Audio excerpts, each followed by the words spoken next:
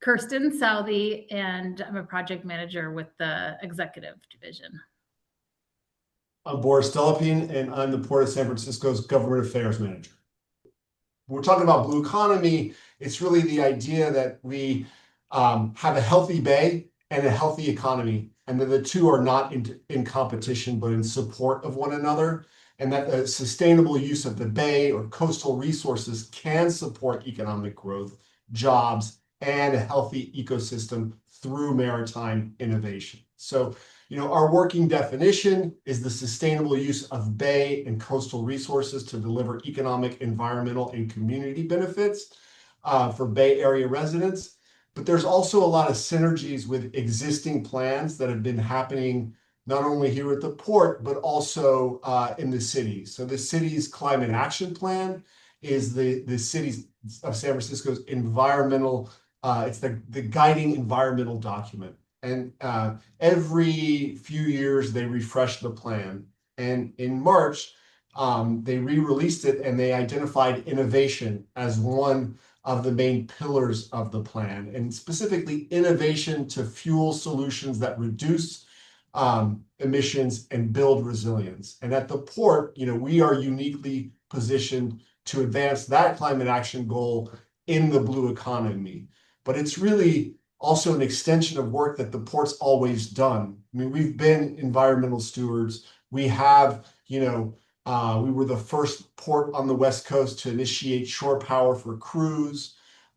We helped build the first hydrogen ferry.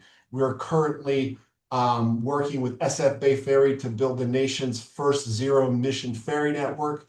So we see this work as an extension of work that we've done, for generations here in San Francisco. I think what our biggest strength is our partnerships and our people, again, like just bringing in the academia.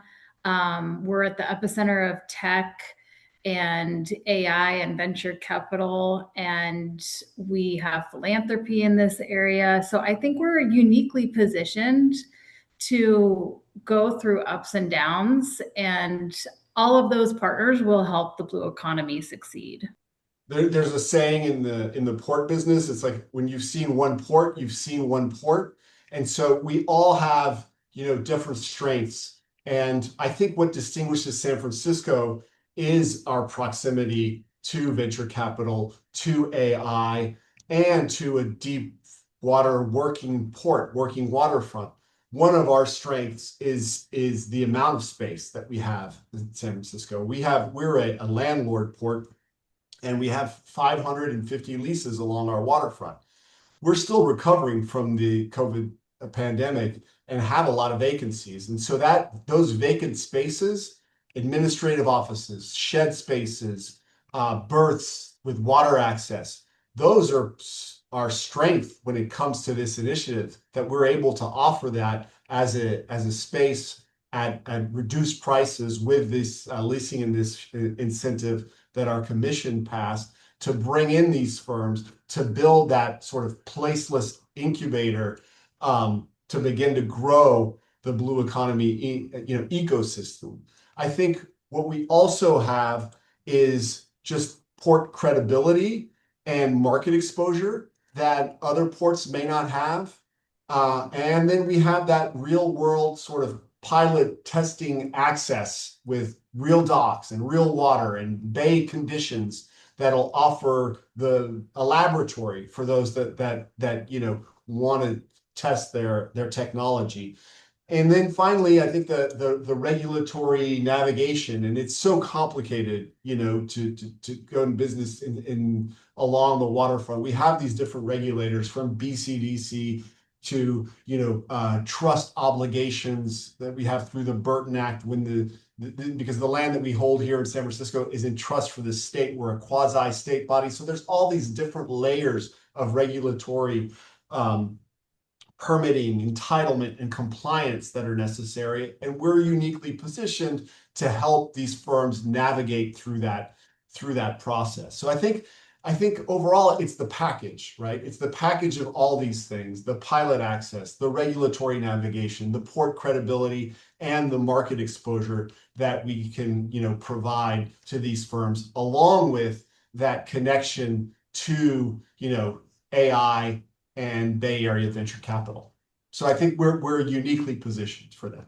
I think we want them to focus on what they do best and what they, whether they're scientists, on their technology. We don't want them to be having to navigate an obstacle course of permitting requirements and lease obligations. We want to provide the quickest and fastest way for them to have a dedicated space, and they can, begin to work on their initiatives and test their pilot maritime technologies. That's really the objective. And we're providing the space.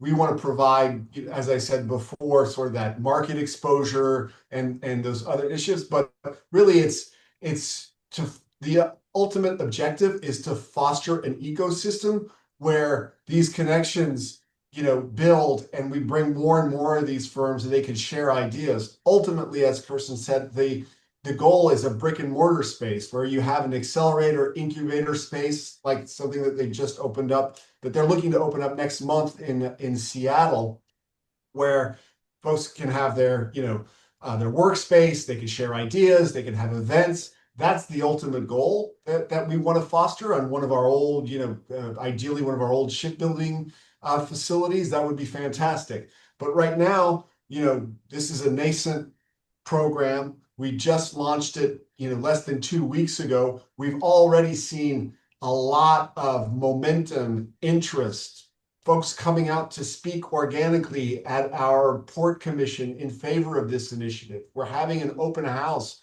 on August the 5th, and we've already, almost maxed out on the RSVPs. So we're organically seeing a lot of interest, and we want to keep fostering that momentum so that these firms can make the connections and grow and scale in San Francisco. And we have information on our website where firms can upload their information, ask questions about spaces that are available. We've built an internal team that's made up of our different divisions. Kirsten is the main point of contact externally, but behind that, there are a number of us that are working to help, expedite these applications, help with the permitting, and do whatever we can to see this program, grow and be successful. So our first open house is Wednesday, August 5th at Pier 1 from 10 to 11 a.m. But we will continue to foster this network and ecosystem, and we're planning one for the fall as well.